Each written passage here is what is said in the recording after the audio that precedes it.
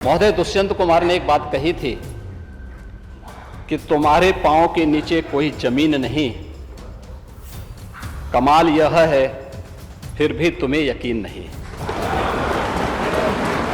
चच्चो अब इसे रास्ता तय कर लो अपना।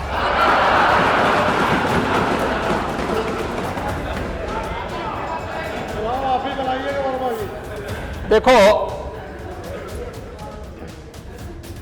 ये आपके साथ न्याय नहीं करेंगे।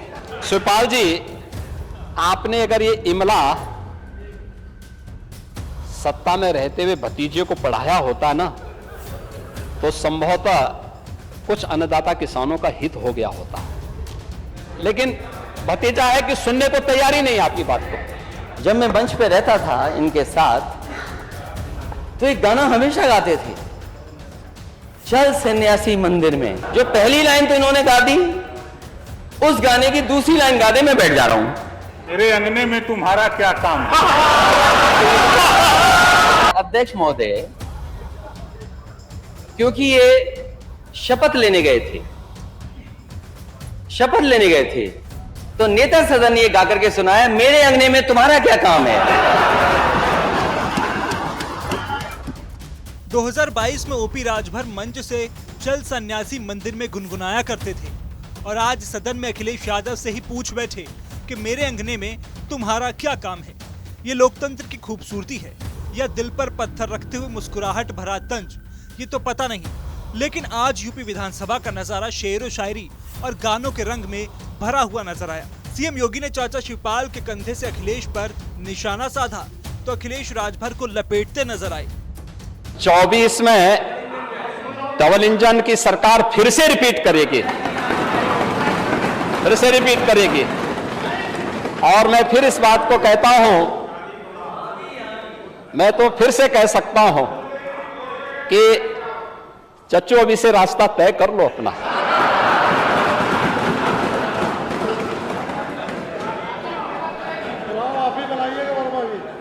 देखो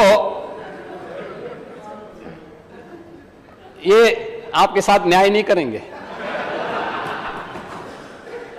जब भी आपका नंबर आता है, आपको चुपचाप काट दिया जाता है। आपके भलमानस को ध्यान में रख करके आपके संघर्ष को कोई ध्यान में नहीं रखता है।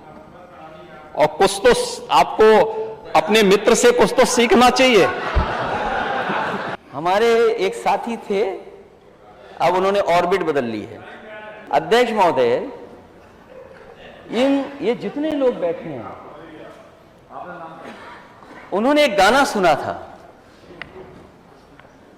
और जब मैं मंच पे रहता था इनके साथ, तो एक गाना हमेशा गाते थे, चल सन्यासी मंदिर में। जो पहली लाइन तो इन्होंने गा दी, उस गाने की दूसरी लाइन गा दे मैं बैठ जा रहा हूं। मेरे अंगने में तुम्हारा क्या काम है?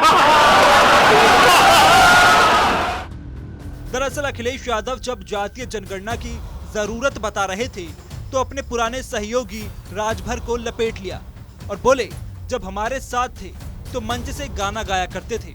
राजभर ने भी बिना संकोच के योगी की मौजूदगी में गुनगुना दिया, चल सन्यासी मंदिर में। गाना निकला तो सीएम योगी से लेकर सदन में सबके ठहाके छूट पड़े।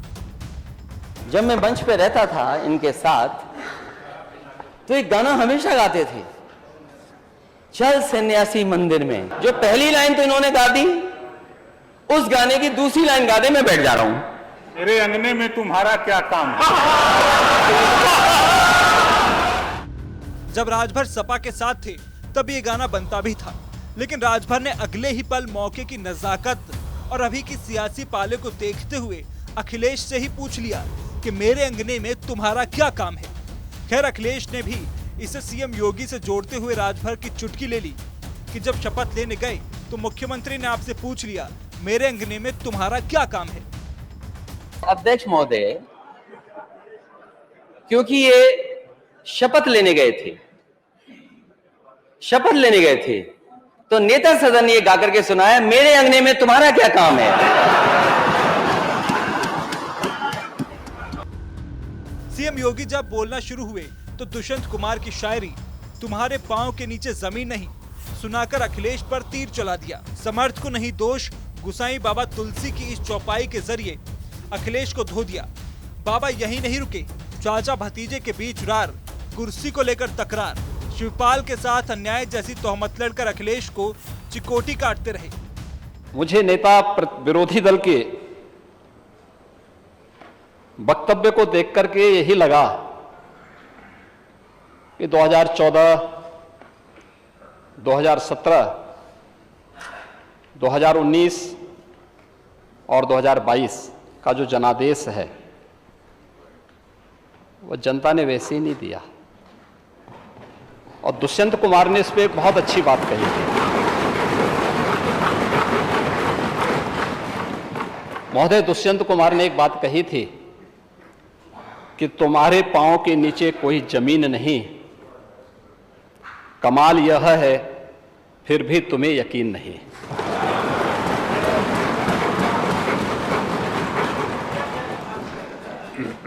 उन्हें जमीनी हकीकतों की कोई जानकारी नहीं है। और तुलसीदास जी ने बात कही भी, समर्थ को नहीं दोष गुसाएं। ऐसे ही लोगों पे बातें अक्सर से सही बैठती हैं, क्योंकि जो लोग जन्म से चांदी के चम्मच में खाने के आदी हैं,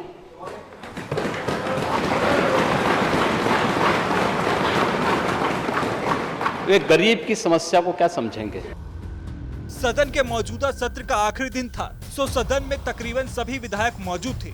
सीएम योगी तो अखिलेश पर हमलावर थे ही। जब योगी ने शिवपाल से ये कहकर कि शिवपाल जी अखिलेश जी को इमला सिखा देते तो किसानों का कुछ भला हो जाता, शिवपाल को भी हाथ सेकने का एक मौका दे दिया।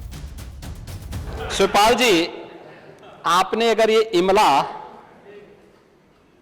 सत्ता में रहते हुए भतीजे को पढ़ाया होता ना, तो संभवतः कुछ अन्नदाता किसानों का हित हो गया होता। लेकिन भतीजा है कि सुनने को तैयार ही नहीं आपकी बात को। तो इंजीनियर हो गए, फिर मुख्यमंत्री हो गए।